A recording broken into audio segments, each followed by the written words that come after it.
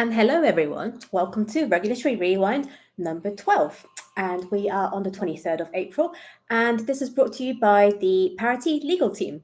And today I will bring you our usual disclaimer, which is listen to me. I'm a lawyer. We are lawyers, but we are Parity Legal lawyers and we are not your lawyers. Therefore, none of this is legal advice or any other form of advice. I would be very happy and excited to bring to you a new addition to the Parity Legal team today, and that is my new colleague, Glenn Simmons, who will be introducing himself and then kicking off on some of the jurisdictions which are close to his heart. So over to you, Glenn. Thank you. Thank you, Eva, and hello, everyone. My name is Glenn, originally from the island of Bermuda. Just to give you a bit of context, whilst I was in Bermuda, I helped to support the island's fintech and digital asset efforts back in 2018 after becoming interested in the crypto space. One of the key highlights from my time in Bermuda was helping with the digital asset regulation back in 2018, the Digital Asset Business Act. And since then, a lot has happened. I've recently completed my law degree in the UK, and now I'm happy to be joining Parity and the Regulatory Rewind series. So, to kick things off, I thought I'd just hop right into Bermuda, if that's okay.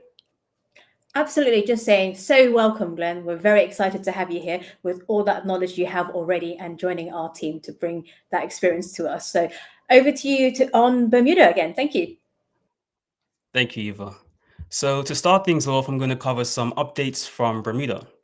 So back in February of this year, the Bermuda Monetary Authority, which is the local regulator responsible for digital asset business, issued an open call for proposals to test embedded supervision, inviting digital asset businesses, foundations, protocols, and academic institutions to help shape the future of regulated DeFi, as they call it.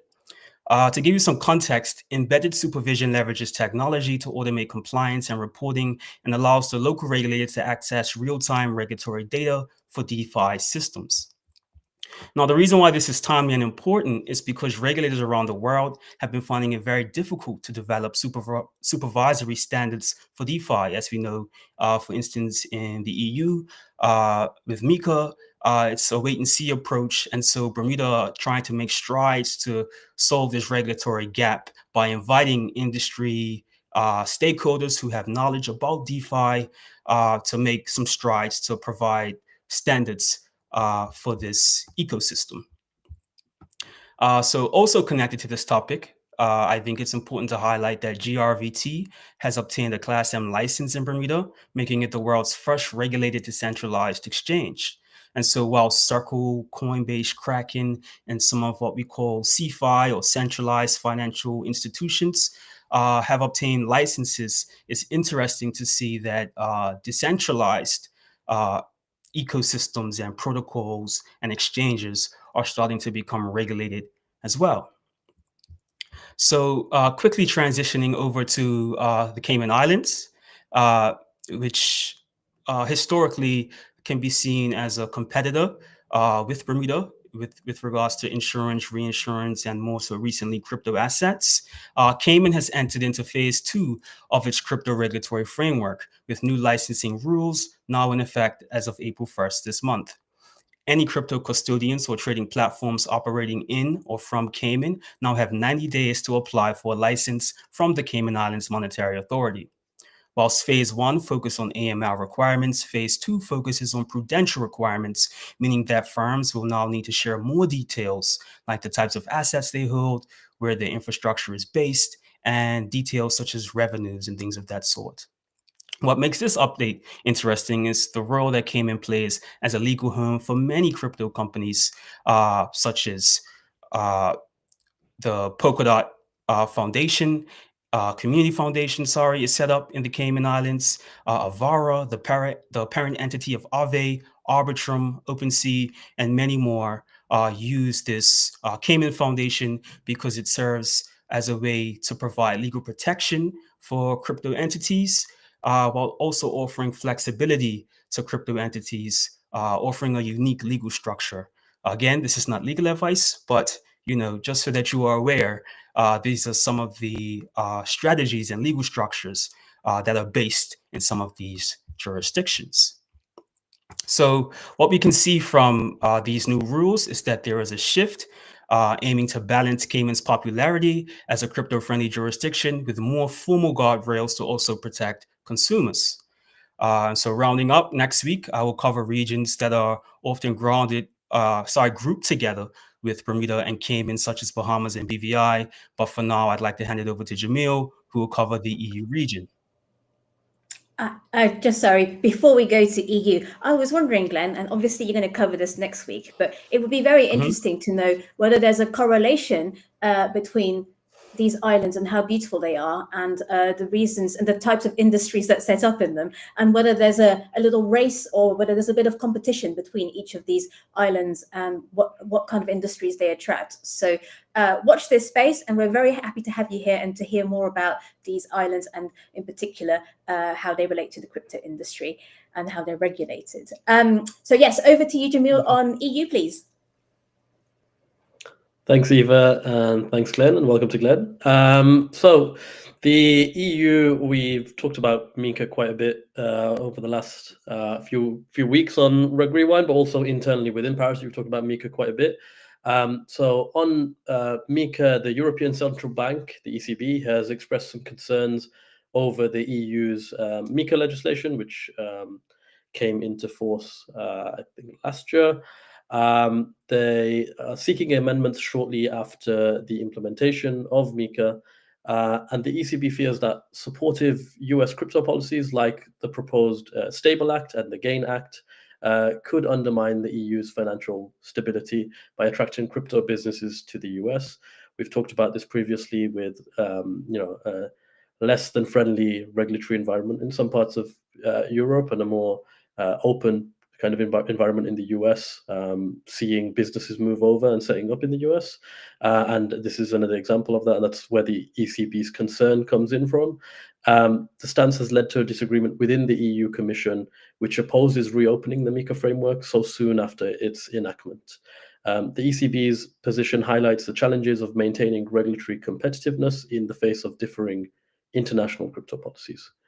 And then moving on from MiCA, staying within the EU, we go to Slovenia, where the finance ministry has introduced a draft law proposing a 25% tax on profits from cryptocurrency trading for residents. This was announced on April the 17th, and the proposal is open for public consultation until May the 5th. In terms of the 25% tax, it would apply to profits realized when cryptocurrencies are converted into fiat currency or used to purchase goods and services. However, crypto-to-crypto transactions and transfers between wallets owned by the same individuals would be exempt. In terms of compliance requirements, taxpayers would be required to track all their crypto transactions and report them in annual returns, and profits will be calculated by subtracting the purchase price from the sale price. In terms of political reactions within Slovenia, the finance minister obviously supports the proposal, arguing that it's unreasonable for speculative financial instruments like cryptocurrencies to remain untaxed. And conversely, opposition figures such as Jerne Vrotovic of the New Slovenia Party warned that excessive taxation could drive young people and capital abroad, potentially undermining Slovenia's potential to become a crypto-friendly nation. So this isn't the first time something like this has happened in Slovenia. There was a previous attempt in April 2022 to impose a 5% tax on annual crypto profits exceeding 10,000 euros, and that failed to advance at the time. At the moment, Slovenia is home to approximately 98,000 crypto users, representing almost 5% of its population. The projected market revenue in Slovenia is to reach $2.8 million by 2025. And the proposed tax aims to align Slovenia's approach to digital asset regulation with existing tax policies, ensuring fairness and transparency in the financial system. So that's a couple of stories on the EU, and over to Eva now on the Central Asia and APAC regions. Thanks, Jamil. Really interesting, that move in Slovenia, isn't it? Because we often, during our time, we report on crackdowns of illegal activity, and we report on industry race and geopolitics to keep up with the industry race. It seems to be more unusual to see countries doing heavy-handed efforts that might impact growth of the industry in their countries. So that seems to be an unusual, and we should keep our eye out on which other countries are doing that, because we certainly know the big names of the countries which are going forward, less so the countries which are taking some steps back almost. So yes, thank you on the EU there and Slovenia, and I'm going to be talking about Central Asia and APAC. Sorry, slightly all lumped together because there's a lot of stories here. And the first one is China. China's story here is that it's interesting because China has a very complex relationship with crypto regulation.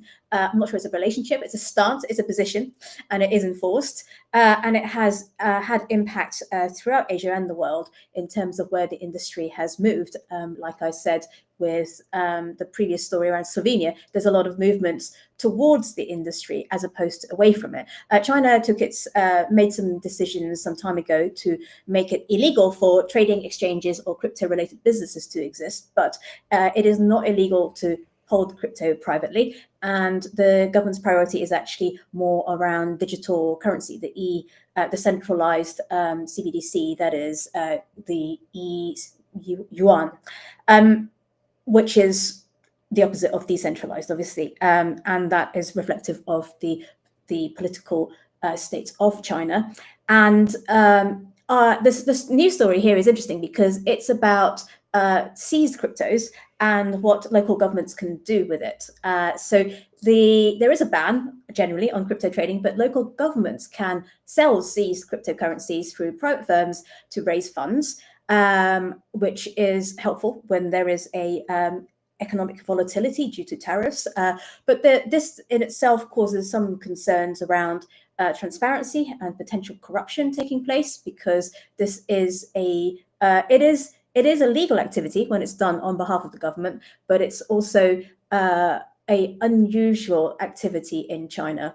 I think this is also kind of slightly tied to one of the stories that we have been sort of a narrative that we've been following, which is it's interesting to know. It would be interesting to know how much Bitcoin or Ethereum, for example, the Chinese government holds and what it's trading. So just speculative tin hat territory there, but it's always interesting to think beyond the headlines, and I think that's where the value of a legal team with their curious minds really lies.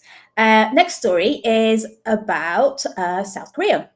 So South Korea, this is a story about a second phase of South Korea's approach to crypto regulation.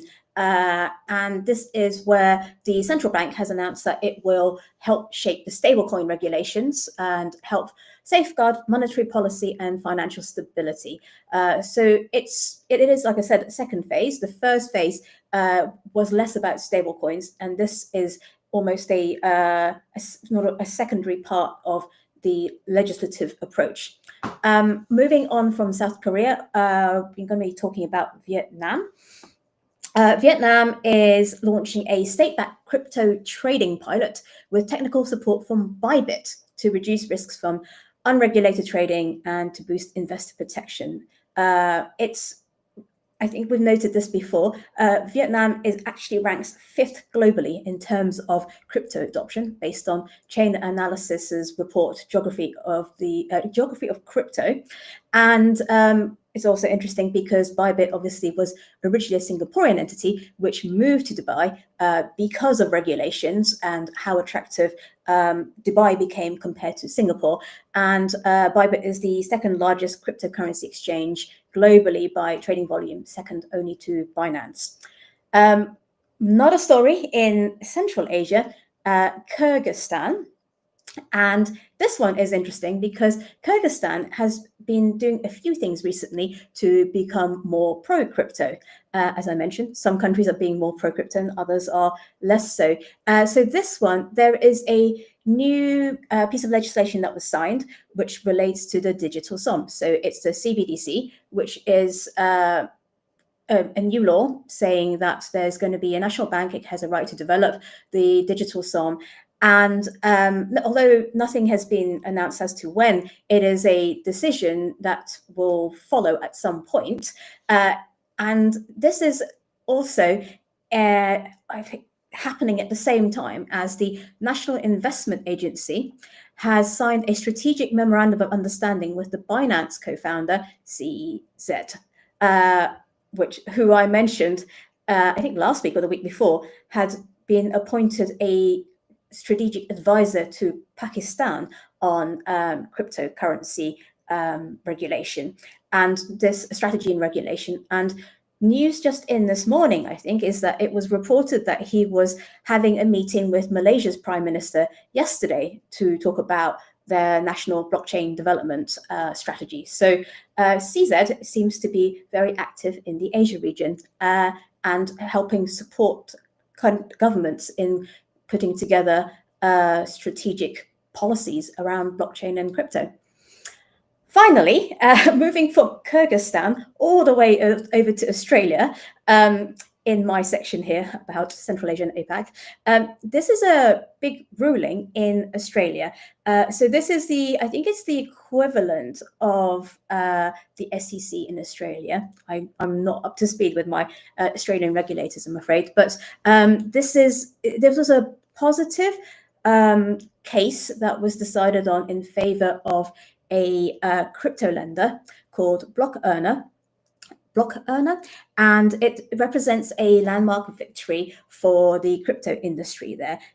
This is where the court found that the product that Block Earner had created, which allowed users to earn yield from DeFi protocols, did not require a financial services license. So as most of you know, it's the most famous cases around actions of where something is regarded by a regulator to require a license or isn't licensed has been in the SEC in the US. But here in this case, this has been a case law that's been decided in Australia that has been beneficial for DeFi innovation because it draws a line between TradFi and decentralized protocol-based offerings, especially where the service provider doesn't take custody or control over user assets. This is probably quite significant for a lot of builders out there and organizations wanting to think about their products. It gives them a legal reference point, like all case law does, that similar products will probably not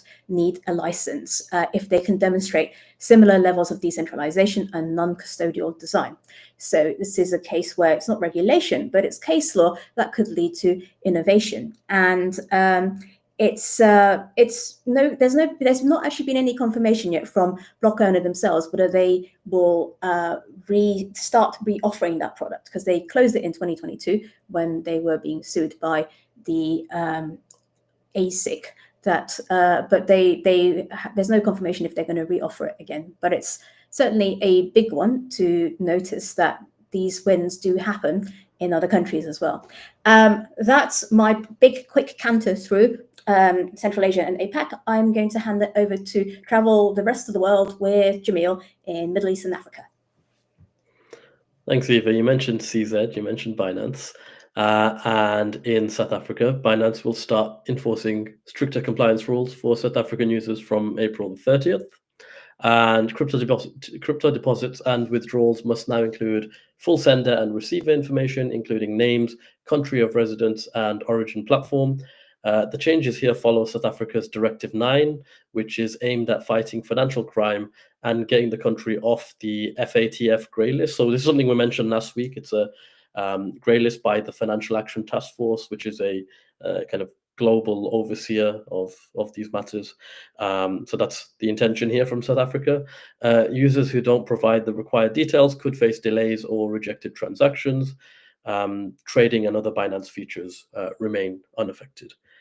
Moving on from the Middle East and Africa to Central and South America, starting in Panama City, which will begin accepting Bitcoin, Ether, USDC, and USDT for taxes and municipal fees, with all crypto payments instantly converted to US dollars through a partnered bank. The move aligns the city with a growing number of global jurisdictions adopting crypto for public payments, while avoiding legal hurdles tied to fiat currency requirements.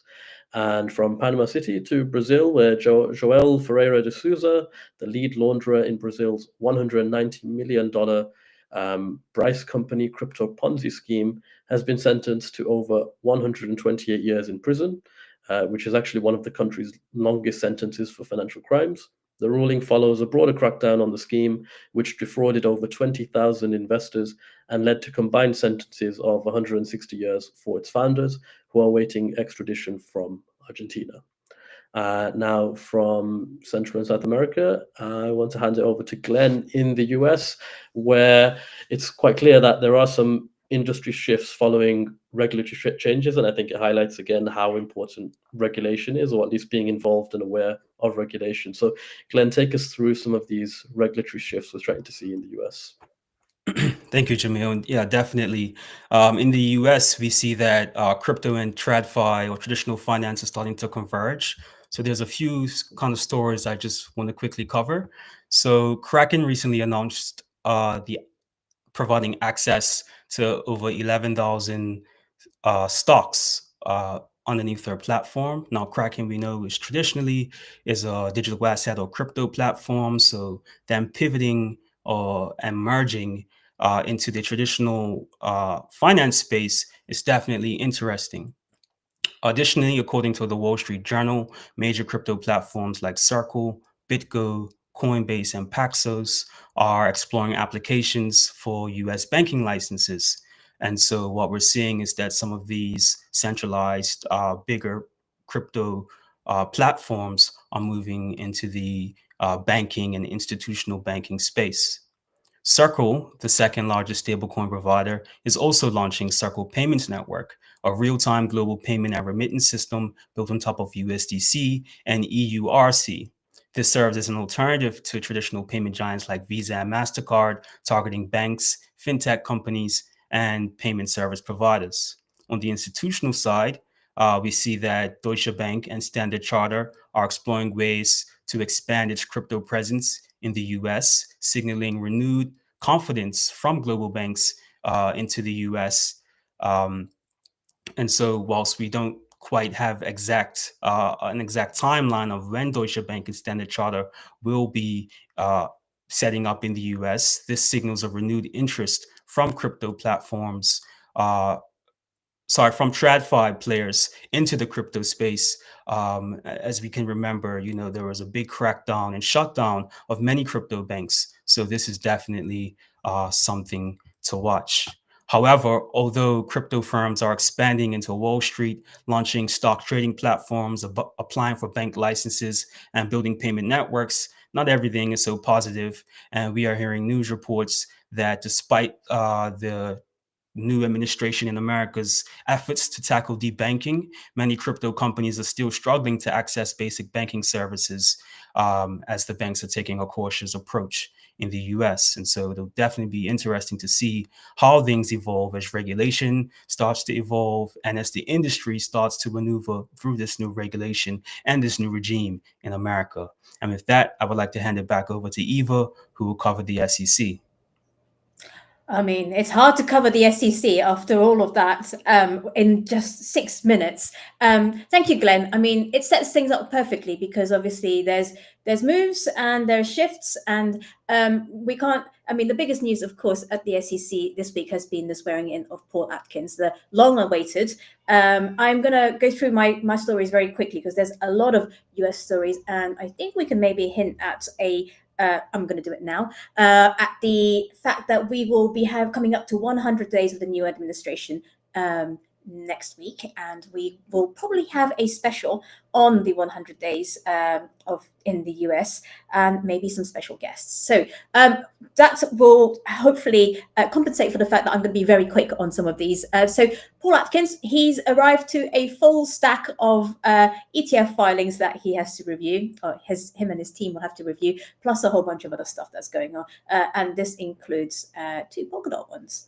Just saying. Next story, please, is cases keep going. The cases are still back and forth, some pausing and some not pausing. So Ripple is actually multiple cases. And the story here is that there's a pause. And I think that's not I think there's been a lot of stories like this where the legal cases have been paused. This is one of them. But why I brought this one up is that it's also interesting because there's a negotiation going on between Ripple and the US government around a fine that they have to pay. And we understand that there's been reports that these negotiations might include the payment of that fine in XRP tokens instead of in fiat. We don't know if this is 100% true and whether this is going to happen. But again, with our tinfoil hats on, it would be curious to see if that is the outcome, because that would be interesting, because I'm not sure governments have necessarily accepted crypto for fines before. But stranger things have happened, and these are times to be keeping an eye out on the news. Next story is an interesting one. So this is a lawsuit that was brought by 18 Republican states, attorney generals, with the DeFi Education Fund, who have done a lot of things in this space. They brought a case against the SEC back in November last year to say that they had overstepped their boundaries, their authorities in regulating digital assets. So this was brought last November, just after the elections, and this has now been paused. Again, a lot of this is tied in with everything that's going on with the SEC and the appointments and the political shifts. And my last one here is, it might seem like there's pauses and there's steps forward for the industry. The next one is about a lawsuit that's actually being, next slide, please. Sorry, that was my last one. Oregon, the Oregon Attorney General is suing Coinbase after the SEC had dropped a case. So this is interesting because even if the SEC dropped a case, it appears that at a state level, attorney generals could still bring cases against whoever they feel a case needs to be brought against. So in this case, it's accusing Coinbase of operating an unregistered broker and exchange, echoing the earlier charges brought by the SEC. So even though the SEC has dropping its crackdown since the Trump administration came in, state regulators are still stepping in to fill the enforcement gap. So I think we're quickly running out of time, but I'm going to stop there on the USA and hand over to Jamil to talk about something that is banking related and global.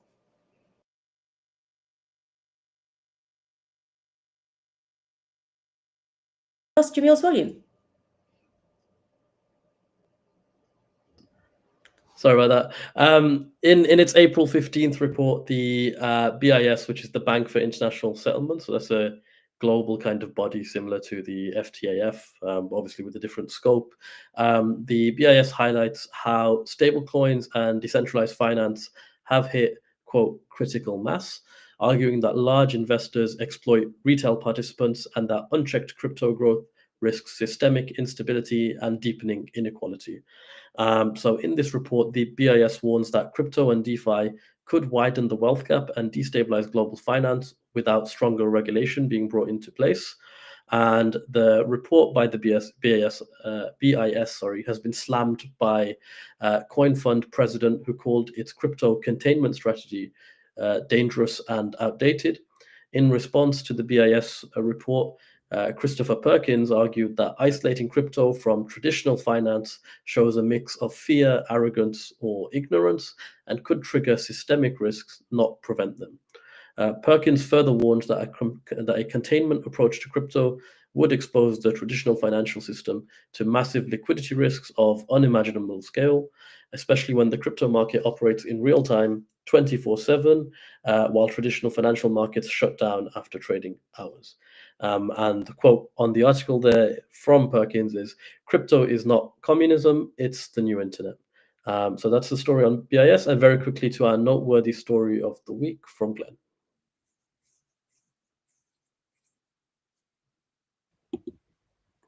Thank you. Thank you, Jamil. So for this week's noteworthy story, we have Black Mirror meets Pump.Fun. So the latest season of Black Mirror started off with an episode that feels uncomfortably familiar to the crypto world. In the episode titled Common People, it follows a man live streaming extreme stunts to earn digital cash from anonymous viewers to support his wife's medical bills. The episode mimics, knowingly or unknowingly, the real incidents tied to the Pump.Fun fund platform, a viral meme coin platform based on the Solana blockchain. Last year, crypto users made headlines for shocking live stream antics where people were setting themselves on fire and conducting various, let's just call it extreme stunts for crypto rewards. And so this is a weird situation where, art is mimicking crypto and crypto is mimicking art. And, we just thought it was an interesting story to cover for this week's noteworthy story. And with that, I'd like to hand it back over to Eva. Thank you, Glenn. Thank you, Jamil. Thank you, our presenters, for this week's show. Thank you for our listeners. I hope you've enjoyed it. I hope it's been interesting for everyone. And again, we will have a very exciting episode again next week with 100 Days Focus and some special guests. So thank you very much, everyone. See you next week. See you around, everyone. Bye.